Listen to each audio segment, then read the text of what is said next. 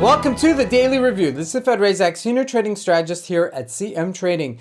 And today is January 4, 2024, and today is Thursday morning. So looking at the highlights of the day, the U.S. markets continue to sell off, and that's in spite of the fact that the FOMC had a rate statement yesterday. We got a bounce, and then continuously the rest of the day we sold off. Now looking at today's major economic events, so just one event, German preliminary CPI number coming out all day today. Now looking at the market, starting out with the Forex symbols, the US dollar advances versus the major pairs, and that continues. And as we look at the indices, both the Dow Jones and the NASDAQ continue to sell off. Now looking at commodities, gold trickling lower, while oil getting a bounce. Now, when we look at the stocks, it's specifically the tech sector that led the markets lower. Now, lastly, looking at cryptocurrencies, Bitcoin slides back to support. So let's take a look at the markets and see what we can expect from today's trading.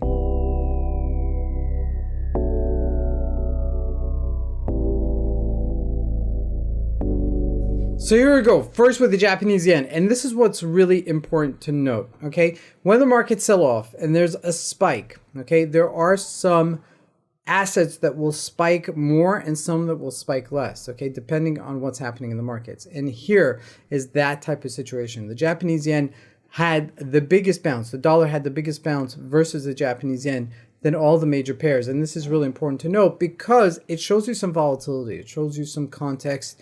And perhaps that the Japanese yen was the weakest versus the dollar, that it was the one that spiked the most. Even that, though that's counterintuitive. Now, if we look at the Euro USD on a daily, it got that little bit of a green bar at the end, but it wasn't as big, right? It's relatively much smaller than what the Japanese yen did versus the dollar. However, keep that in mind when you are looking at a market and it's selling off. Even though everything is selling off, there are some that are weaker than others, and it's important to note that for your own context so you can anticipate when you take the trade either at the bounce or at the next way down, that you maximize on the right asset so you can make the most out of your money. Okay, now jumping into commodities. First, looking at gold, it did slide.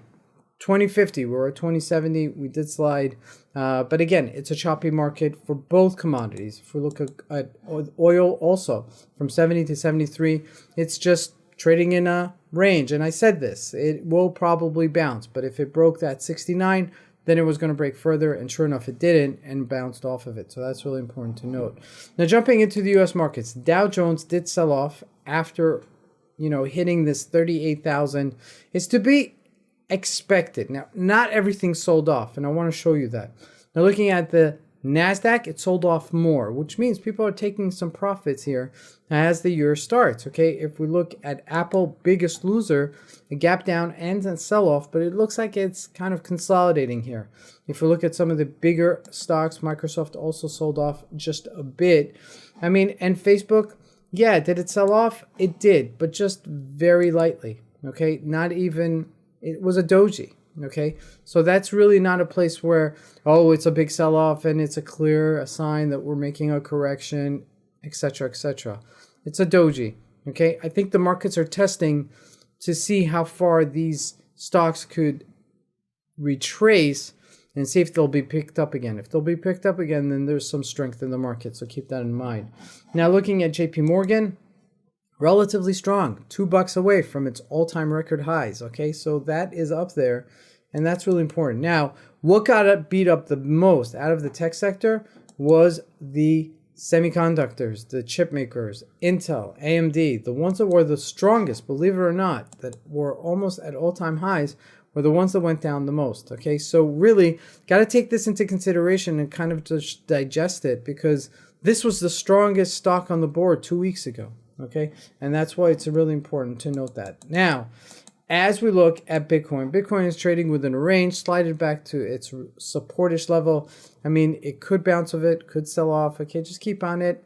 It's just a price action play, at least for today. So yesterday, FOMC, no big surprises. Markets really just digesting what's going on in the markets and hoping for, a better future as we're moving into mid-January, so to speak. So keep that in mind as well. This is Razak. I want to wish you guys a great trading day. Thank you.